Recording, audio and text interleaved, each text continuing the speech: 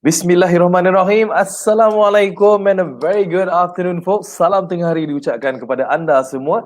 Salam hari Isnin. Hari ini adalah 11 hari bulan Mei ataupun 18 hari bulan Ramadan 1441 Hijriah. Di sini saya mengharapkan that all of you are still with us, are still very much in the spirit of Raya, because Raya is less than 2 weeks away, folks. I bet you guys are all excited. Saya jangkakannya anda memang sangat-sangat bersemangat nak sambut Aidilfitri, walaupun Aidilfitri tahun ni mungkinlah tidak semeriah yang kita dah biasa. Mungkin dah tak sehebat apa yang kita dah selalu amalkan. But then again, Aidilfitri merupakan satu hari di mana kita meraihkan kejayaan kita mengharungi bulan Ramadan. So it shouldn't be a problem. I bet that all of you masih boleh lagi berada di dalam keadaan yang hebat. Okay, dan kepada mereka yang bertugas, selamat bertugas. Yang mana yang kerja, selamat bekerja. Yang mana work from home, selamat work from home lagi. It has been difficult, but then again, I believe you guys are still awesome. You guys are still great doing all of the things that you do. Okay, all right, for this week's session on Sembang Sempoi with me, Mio Adlan, I have a very special guest that we're going to be speaking about journalism. We're going to be speaking about pengacaraan. We're going to be speaking about broadcasting in general dan juga bagaimanakah seseorang wartawan itu ataupun jurnalis itu menjalankan tugas dia. Apa bezanya dengan dah dia lakukan sebelum ini dengan versus apa yang berlaku sekarang di zaman PKPB. Ini zaman PKPD, banyak benar akronim dia, MCO, CMCO. Dah macam banyak sangat abjad dah kita pakai sebenarnya. So, tetamu yang saya bawakan kepada anda hari ini, beliau dah lama berkecimpung di dalam dunia journalism. Dia dah melompat daripada satu agensi ke satu agensi yang lain dan sekarang beliau bertapak di salah sebuah agensi berita yang sangat hebat, Astro Awani. Dan beliau orang kata apa, sangat gembira di sana, sangat bahagia di sana dan banyak kehebatan-kehebatan yang dia telah kecapi di sana. So ladies and gents, without further ado, let me introduce to you my guest for today, Encik Ehsan Yahya. Assalamualaikum Ehsan. Waalaikumsalam Mio, thank you so much. Apa khabar? Jambul masih lagi spot on, masih lagi maintain kehandsomean itu? Betul lah sebab saya nak berkongsi jambul dengan Mio sebab Mio tak ada jambul. Tak apa, saya memberikan nur yang ekstra sebenarnya kepada orang ramai. You menuliskan jambul, itu adalah kelebihan you masing-masing lah kan. Okay, so Ehsan, apa khabar kita di sana? Baik, alhamdulillah, sangat sihat. Di sana tu saya dekat sini dekat PWTC. Tapi kita panggil sebagai dekat Putrajaya kan? Bukan Putrajaya, dekat Bukit Jalil kan? Bukan. Kalau Astro di Bukit Jalil, kalau Astro Awani di Bukit Keuangan, tapi tim dekat Astro Awani kita split kepada 3. Satu di Bukit Keuangan dekat HQ lah, dekat bursa tu. Satu lagi tim, saya punya tim dekat sini bersama dengan dengan kawan-kawan yang lain. Almost 40 to 45 staff yang ada dekat sini, all the technicals, reporters, editor and the video editor ada dekat sini. Sebab kita split sepanjang 17 hari bulan itu, 17 hari bulan Mac, kita start PKP yang first day PKP tu, kita dah split, kita dah duduk dekat sini. Alasan dia sebab kita nak kurangkan kepadatan yang ada dekat HQ. Jadi nak adil, nak juga nak bagi orang kata keselesaan juga, dia dibahagikan grup supaya ada 2 markas lah untuk senang nak bertindak, nak bertugas dan sebagainya. Betul. Sebab untuk Mio, sebab saya tak pernah share sebelum ni. Sebab dekat sini kita bersiaran sangat terhad dengan teknikal, dengan keadaan apa yang kita ada dekat sini, tapi kita broadcast secara langsung setiap hari daripada pukul 8 pagi sampai pukul 8 malam. Jadi ada slot-slot yang memang kita bawakan daripada WTC ataupun World Trade Center ni. Jadi saya nak sharekan dengan Mio dan juga Yap. siapa yang menonton ni secara santai, secara jelas apa yang ada dekat sini. Ini antara production luar yang saya buat lah. Okay, sekarang ni Mio, every day kita akan dapat saksikan kejap macam mana saya nak flip ni. Okay, okay. Setiap hari kita akan dapat saksikan ucapan Datuk Seri Ismail Sabri, kan? Betul. Sentiasa pukul 2 petang kita akan buat lah ini, tapi wartawan kita yang monitor adalah Haris Ashraf Hasnan. Ini Haris. So dia akan buat semua sekali pasal sidang media ini. Kita work from WTC. Kita ada tim media sosial dekat sini seorang je.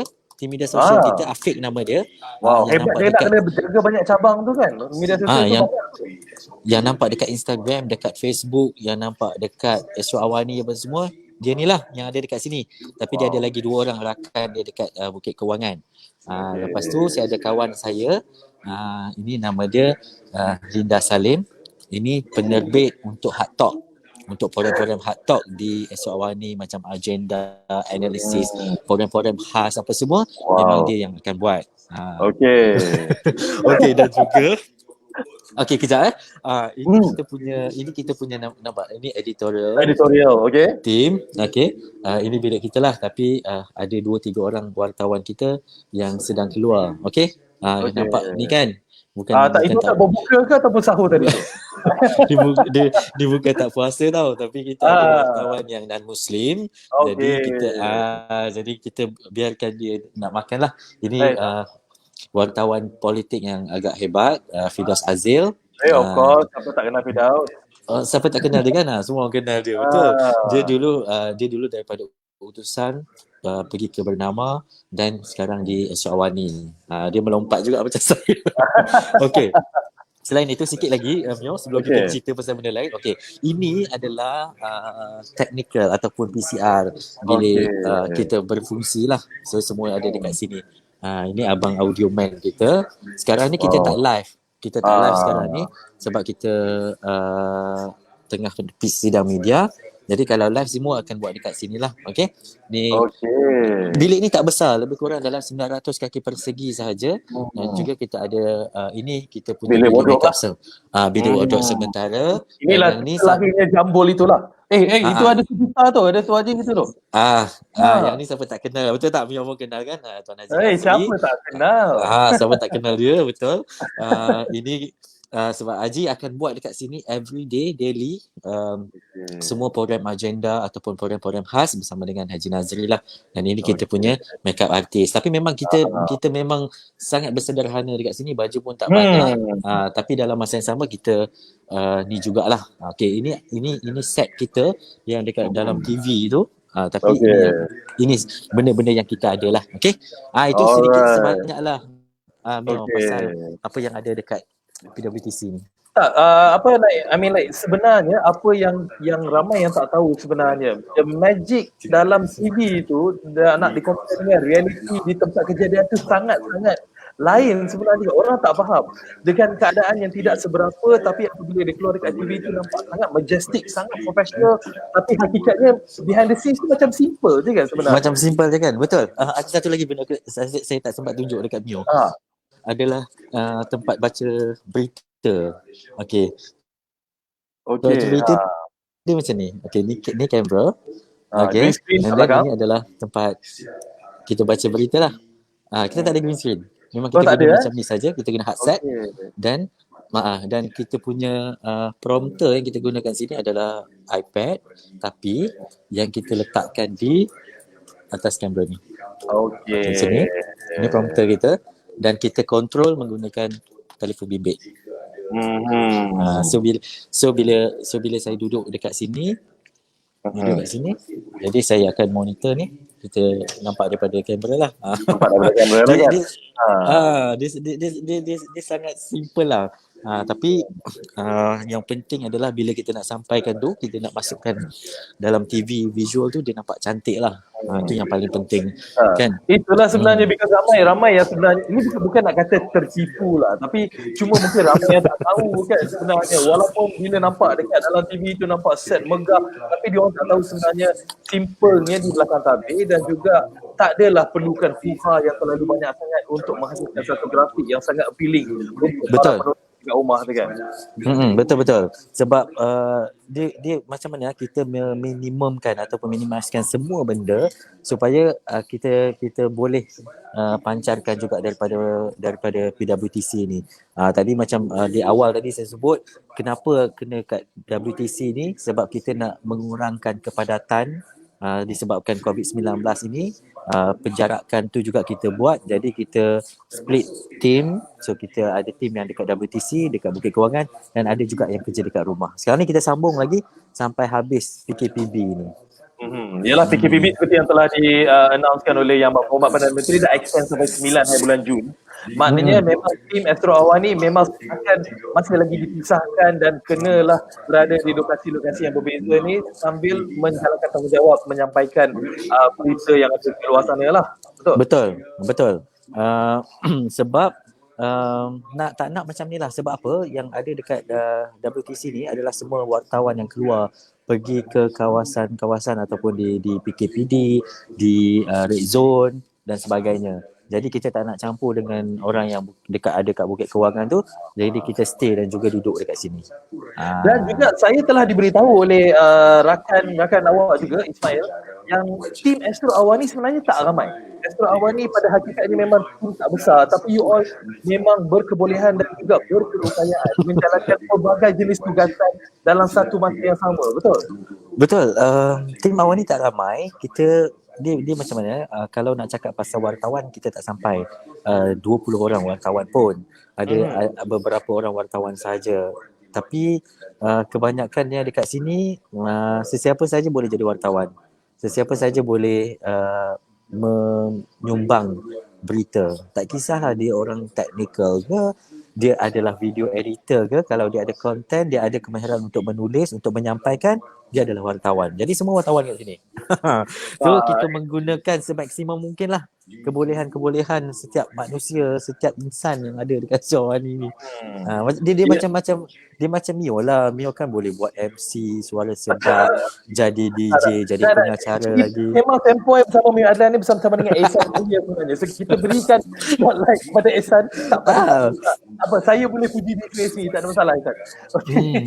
Kita buat. Mungkin Ehsan boleh juga sharekan dengan our viewers apakah rutin Ehsan sebenarnya semenjak zaman PKP ni, semenjak dipindahkan ataupun ditempatkan di WTC itu, harian apakah roster Ehsan sebenarnya daripada 8 pagi sampai 8 malam, apakah kebiasaan yang akan berlaku? Okey, apa yang saya buat dekat sini, saya seorang wartawan, tapi saya seorang editor. Saya editor dan juga anchor lah, penyampai.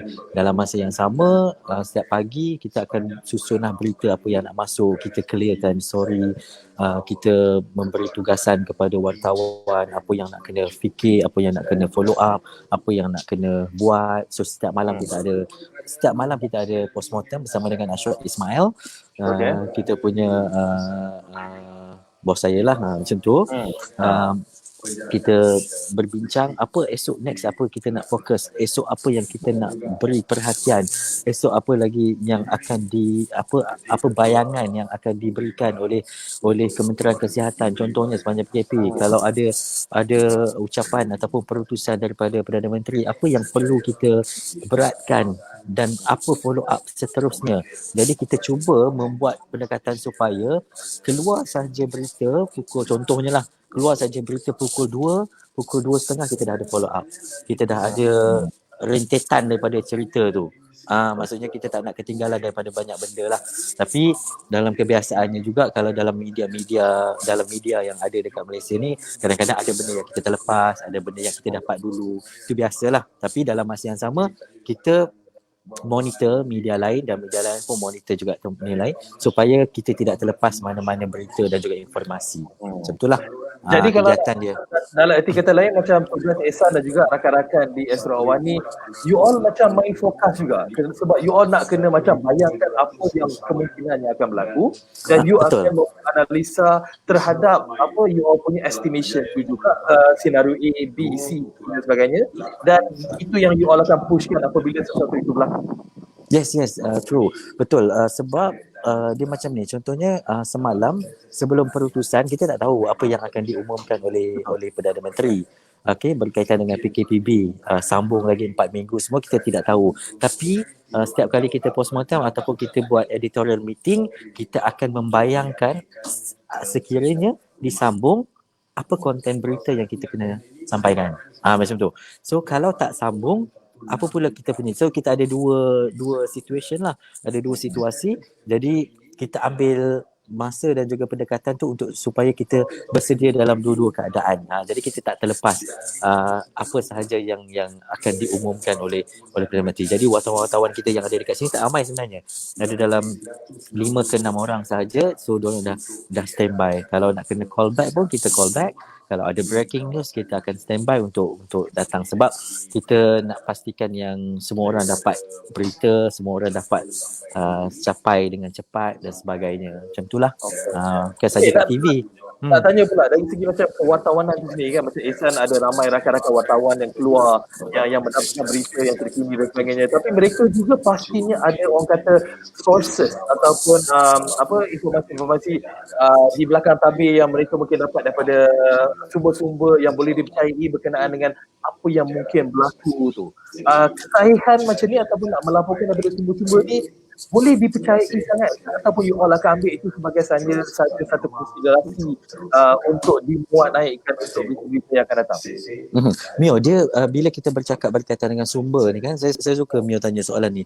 Orang tanya kenapa kita memetik sumber contohnya kan. Sebenarnya ada sumber yang memberi maklumat kepada kita ni adalah sumber yang berkredibiliti. Cuma dia tidak mahu supaya nama dia ataupun siapa dia dimaklumkan ataupun di reveal ataupun ditulis. Jadi kita tulislah itu menurut sumber. Jadi kita mendapat info-info ni bukan sahaja daripada orang-orang yang biasa. Contohnya kenapa sumber nak bercakap pasal benda ni kan? Sebenarnya tak.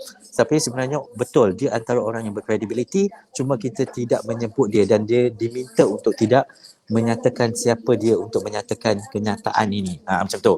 Itu betul. Itu sumber. Kadang-kadang ada orang cakap, tapi kalau sumber itu tidak berkredibiliti, dia bukan siapa-siapa contohnya kan. Kalau orang nak bercakap pasal sesuatu contohnya, tapi tanya kepada Ehsan Yahya, saya tidak ada kredibiliti untuk bercakap ataupun untuk menyatakan itu, jadi saya adalah sumber yang tidak baik ataupun sumber yang tidak sahih. So jadi kita tidaklah menulis berita berdasarkan sumber yang tidak konkret ataupun tak kuat tu.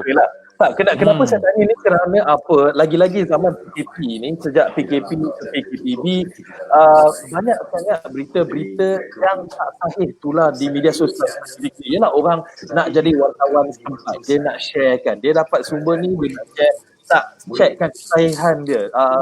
Pastinya macam Ehsan, seorang jurnalis dan juga seorang anchor dekat Astro Awani, banyak jenis yang you dah baca, yang awak dah baca, yang awak pun tergelak, geli hati dengan apa yang direka oleh orang awam sebenarnya. Mungkin Ehsan boleh komentar sikit pasal berita yang betul.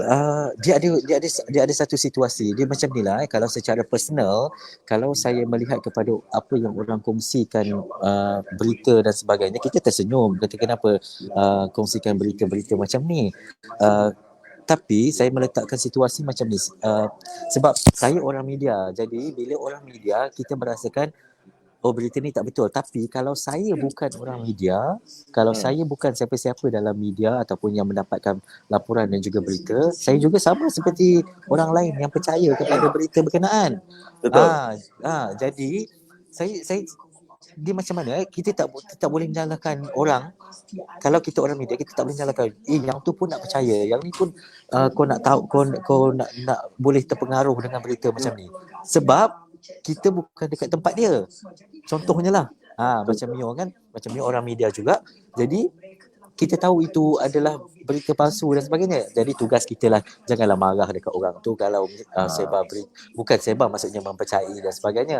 Yang masalah dia adalah orang yang tak sahih tapi kau sebarkan. Tapi kalau orang yang bertanggungjawab, dia akan tanya. Saya sure juga kawan-kawan Mio ataupun kawan-kawan lain rakan media semua mesti banyak kawan-kawan tanya, betul ke tak berita ni, tanya kita dulu kan. Orang media ni. Jadi kita mengambillah tanggungjawab, okey, ini tak betul dan sebagainya. Ada benda yang kita tak perlu cakap, kita tak perlu cakap, macam tu lah. Tapi janganlah kita blame, kata kenapa bengap sangat nak percaya berita palsu, contohnya lah macam tu Contoh je lah, kan. tak. Itu sebenarnya dah keluar unsur marah dah tu. Itu dah fed up dah tu sebenarnya. Tapi sebab yelah, kita tak duduk dekat tempat dia. Dia bukan orang media, dia bukan kerja macam kita nak dapatkan berita hari bersahih ke tak. So betul. nak tak nak, yelah, nanti lama-lama orang akan faham juga kenapa tu. Yang jadi tanggungjawab ni adalah kita sebarkan berita yang kita tak sahih. Kalau kita rasa macam betul ke ni, jangan sebar. Jangan kongsi. Satu yang saya nak petik yang sangat-sangat menarik sebenarnya, ingat tak waktu 4 hari bulan tu apabila PKPB dilaksanakan di mana hari Isnin 4 hari bulan tu kan, pada awal paginya dah tersebar, dah viral cerita orang ramai pergi shopping dekat Kenanga. Betul. Okey. Dan saya sangat terkejut, Awani terus hantar orang untuk pergi siasat directly setelah berita tertular. Ceritakan sikit. Okey. Mio ikut saya ada waktu hari kejadian tu. Kejadian tu bila visual tu viral, ada kawan ataupun rakan seoffice sharekan benda gambar tu. Jadi saya minta seorang wartawan kita, nama dia Faris Azman. Saya cakap, Faris pergi ke Kenanga ni, tengok apa jadi. Betul ke tak berita orang beratur ni apa semua? Kan? Sebab viral tu gambar semua dah ni kan. So dia pergi sana tak ada orang pun. Memang tak ada orang yang beratur tu apa semua. Rupanya kejadiannya adalah orang yang beratur tu, Kenangan kan banyak booth, bukan booth, dia banyak shop, banyak kan? Kedai lah kat dalam tu. Banyak kedai.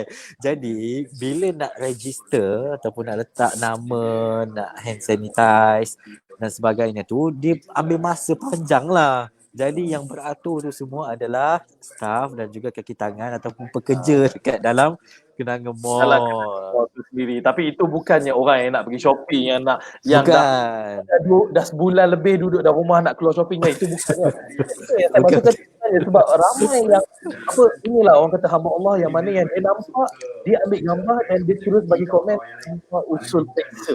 Betul. Dia tanggungjawab dia sebagai seorang rakyat Malaysia, dia laporkan apa yang dia nampak, dia ceritakan apa dia nampak. Kita tak tahu cerita itu betul ke tidak. And then dia share. Dan orang lain sebenarnya dengan awak yang tak tahu, kita tengok gambar tu, first thing that comes to mind, PKPB. Inilah orang Malaysia erti korang hati, dia akan masuk dulu tau. Betul.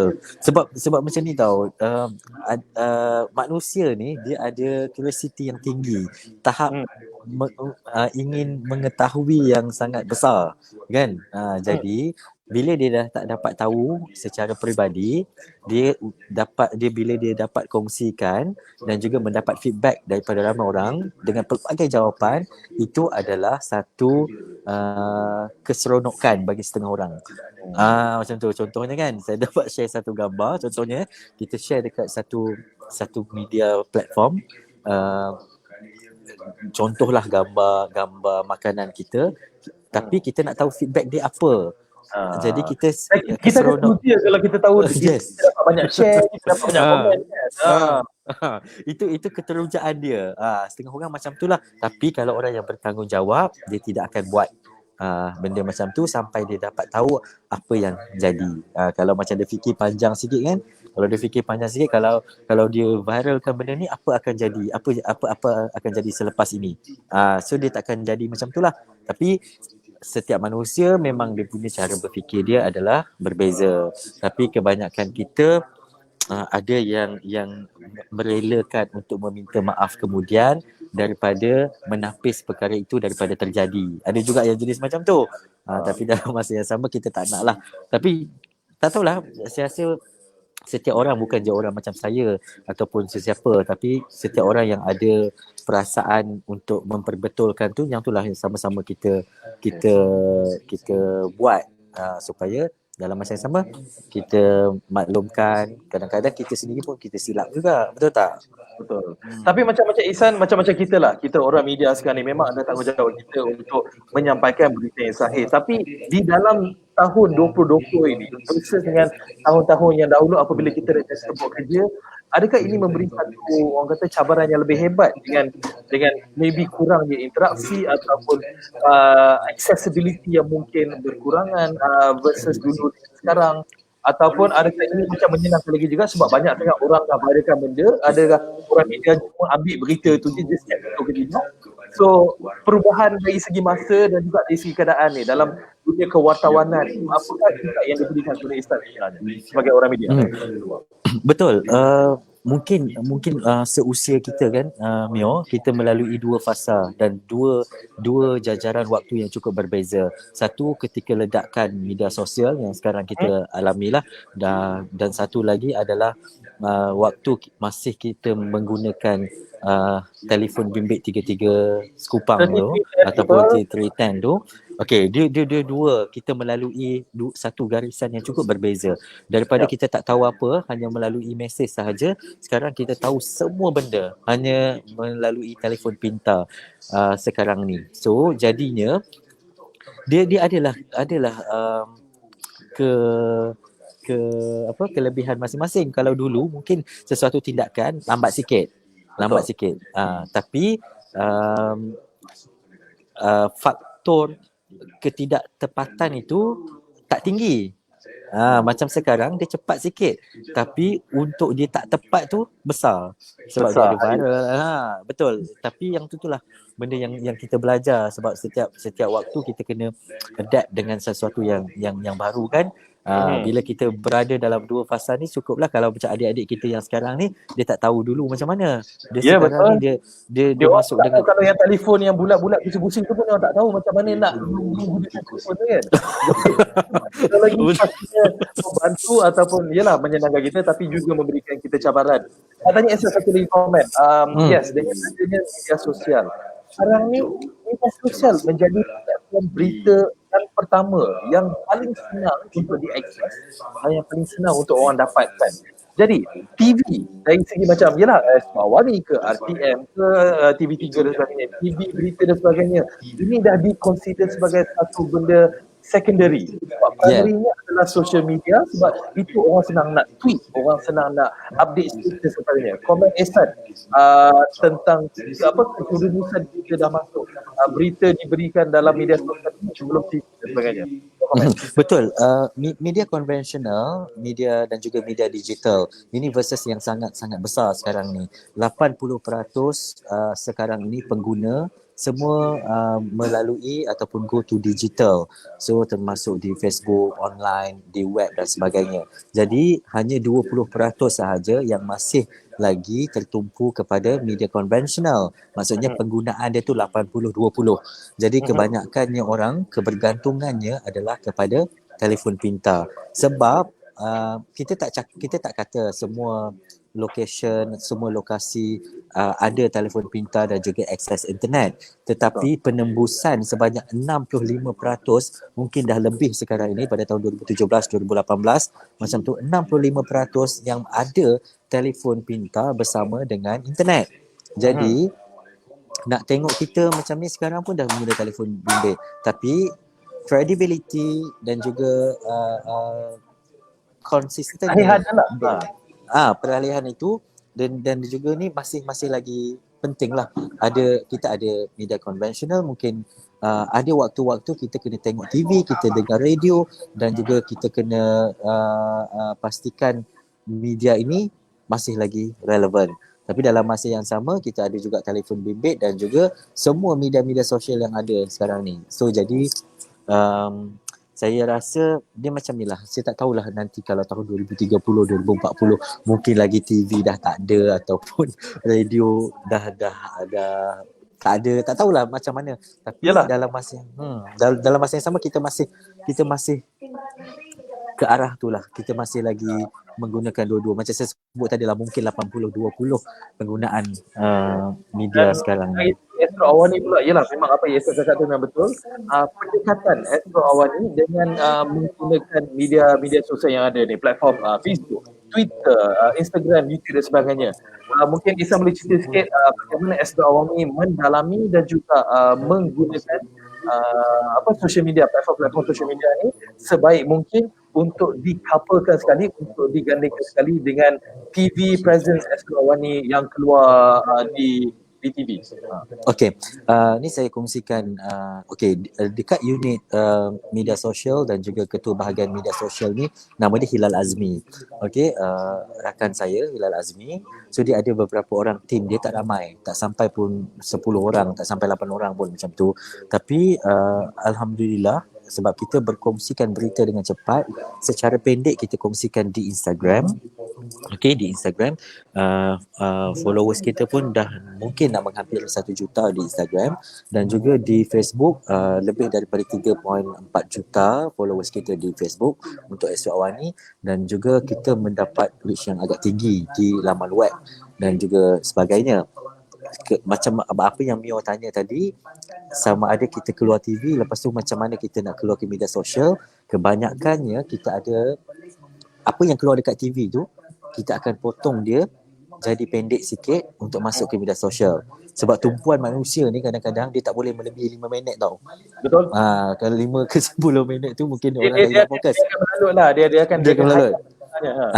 Jadi kita ambil in between lah, antara 2 ke 5 minit ataupun 3 ke 5 minit setiap video tu, dan kita masuk dia dekat media sosial. So bila lalu je dekat timeline, orang dapat tengok dengan cepat.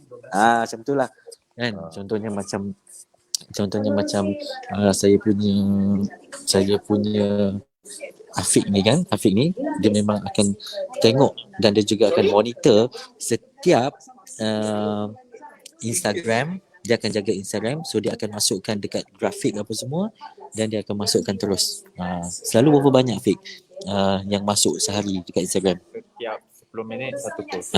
Kita punya frekuensi adalah setiap 10 minit satu posting. Kena ada. Okey, itu adalah frekuensi dia lah. Agak kerap juga. Memang kerap. Walaupun zaman PKPB ke, ataupun itu memang kekerapan yang memang selalu dipraktikkan oleh Awani? Memang itu yang dipraktikkan oleh Awani, sebab kita tak nak terlepas jumlah orang yang ikut ataupun yang follow kita punya Instagram itulah, ataupun di Facebook. Ini saya tunjuk bilik grafik dekat WTC. Ini nama dia Wawan, nama penuh dia saya tak tahulah apa. So setiap ni dia akan buatlah poster semua. Ini menangani pengangguran, pemulihan ekonomi negara. Malam ni pukul 11 Mei pukul 9 malam, ini agenda Awani lah. Okey, ini poster yang kita buat, nanti kita akan publish bersama dengan media sosial. Okey. Ini tim dan juga yang tadi tim grafik, yang tadi tim design kan. Ini yang 2 orang ni adalah tim dia adalah video editor. Dia adalah tim digital. So dia yang akan masukkan semua news-news yang dekat TV ke, yang tak dekat TV ke, masuk dekat semua platform digital di Astro Awani. Nampak 2 orang dia ada kat sini. Itulah, nampak memang bekerja keras lah. Memang cuak juga duduk dalam bilik tu, macam gelap juga, macam scary je sebenarnya, tapi itulah suasana dia. Itu dia kena ambil mood. Betul tu. Dia ambil mood. Dan okey, apa lagi nak tunjuk? Okey, dan ini kat kawasan saya dekat PWTC lah. Masa mula-mula masuk dekat PWTC ni kan, memang tak ada orang masa 18 hari bulan tu. Ini kalau nak tengah malam ni, kopi hitam ni cuak ni. Betul. Kadang-kadang kita balik pukul 10, pukul 11 malam kan. Memang kosong lah dekat sini. So jadi ini adalah loading bay. Saya nak tunjuk sikit lagi sebelum nak habis lah kan. Okay, sebelum habis, so ni loading bay, kita menggunakan OB van. Ni loading bay tau, memang semak sikit. So kita menggunakan OB van. Kita ada hanya satu OB van yang ada. So kita panggil sebagai DSMG. Kejap saya kena melangkah. Agak susah dekat sini. Saya sangat suka security yang ada di situ. Okay. Ya, betul. Tak semua orang boleh masuk. Okay. Dekat loading bay ni, So kita dah bawa panjang wire-wire apa semua tu, dan juga kita park kita punya Astro Awani punya ni dekat sini. Alright, okay. So jadi setiap kali kita nak on air, pukul berapa kita nak on air, kita akan ada dekat sinilah. Ini tim geng yang bekerja pada video tengah-tengah live. Ini tim yang akan ada dekat sinilah. Tenaga kerja yang sangat-sangat ucapkanlah terima kasih lah kerana bertugas pandai-pandai betul. Betul. Saya tak share tau dengan orang lain pasal benda-benda macam ni. Saya share dengan Bio je. Itu sebenarnya sangat menarik dah. Sebab iyalah ramai orang yang sebenarnya yang tak tahu sebenarnya bila seorang broadcaster tu apakah tanggungjawab dia, apa yang dia buat. Tapi apa yang Ihsan dah kongsikan hari ni sangat-sangat menarik. Segala layer dan juga segala orang kata perbezaannya daripada segi department, daripada dari segi tugasan dan sebagainya, you dah cover ni. Seriously awesome. I tak banyak benda yang seriously. Thank you Ihsan. Sebab saya nak share, kadang-kadang orang kata duduk dekat dalam studio je kan, buat berita, tapi dalam masa yang sama memang inilah tugas technical team media, duduk dekat luar dengan OB van. Saya pun memang pakai t-shirt je sebab nanti nak baca berita baru saya akan tukar kepada shirt. Saya akan tukarlah, tapi kita datang kat sini dengan sempoi je. Sama jugalah kita sembang sempoi, pakai pun sempoi je. Itulah dia. Itulah doa sebab kita cuma nak memberikan pendedahan sedikit tentang bagaimana kehidupan seorang media. Itu bukan saja macam Ihsan cakap lah, duduk depan kamera, pretty face, orang make up kan. Raja tak, banyak lagi kerja yang dia kena buat sebenarnya di belakang tabir tu. Betul. Okey, kita dah 36 minit dah. Wow, banyak perkongsian dah Ihsan dah share dah. Mungkin untuk penghujung ni Ihsan boleh memberikan kata-kata apa-apa yang ingin dikongsikan, mungkin pesanan sedikit bagi Pak Astro Awani ke, Ihsan sendiri ke, dan juga untuk rakyat yang mana yang menonton gitu sekarang ni. Silakan. Okey, first of all thank you to you lah, Mio, yang nak berkongsi cerita bersama-sama dengan saya. Tapi apa yang saya boleh kongsikan adalah macam mana sepanjang PKPB ni kami bekerja dan juga kita semua bekerja ada tanggungjawab masing-masing. Dalam masa yang sama, bukan saja saya, semua sekali lah kita patuh kepada PKPB, kita patuh kepada segala arahan yang dikeluarkan kerajaan, kita putuskan penularan COVID-19. Kepada anda, kalau anda ada phone Android ataupun Apple, iOS, download app MyTrace. So yang ini antara langkah untuk kita putuskan COVID-19. Kalau nak tahu maklumat lanjut berkaitannya, nanti kena tonton saya pukul 5 petang ni bersama dengan YB Khairi Jamaluddin. Kita cerita pasal MyTrace ini, sama-sama kita putuskan COVID-19. Dan last sekali, untuk Mio dan juga untuk semua, selamat Ramadan, selamat berpuasa, selamat berbuka nanti, dan juga selamat Raya Aidilfitri, maaf zahir batin. Dan juga saya nak minta maaf lah kalau tadi ada tersalah cakap ke apa benda ke, kan? Ihsan memang sangat-sangat profesional sepanjang 37 minit bersama-sama dengan saya dan sembang-sembang ni. Okay, thank you so much Ihsan di atas perkongsiannya yang diberikan. Dia harap anda semua juga dapat sedikit sebanyak mengetahui dengan lebih mendalam lagi bagaimanakah kerjayanya seorang yang berada bersama-sama dengan Astro Awani, apa yang dia kena buat. Yang penting jambul tu kena maintain. Thank you Ihsan so much kerana perkongsian. Dah nak habis, dah boleh ni dah. Dah tu dah. Okay. Alright. Okay, thank you so much. Thank you Ihsan. Kepada anda semua, jom Malaysia, kita jaga kita duduk di rumah, stay at home, dan jom kita putuskan rantaian COVID-19 ni bersama-sama. Alright, thank you. Say bye-bye Ihsan. Assalamualaikum. Bye-bye. Waalaikumsalam. Bye. Salam.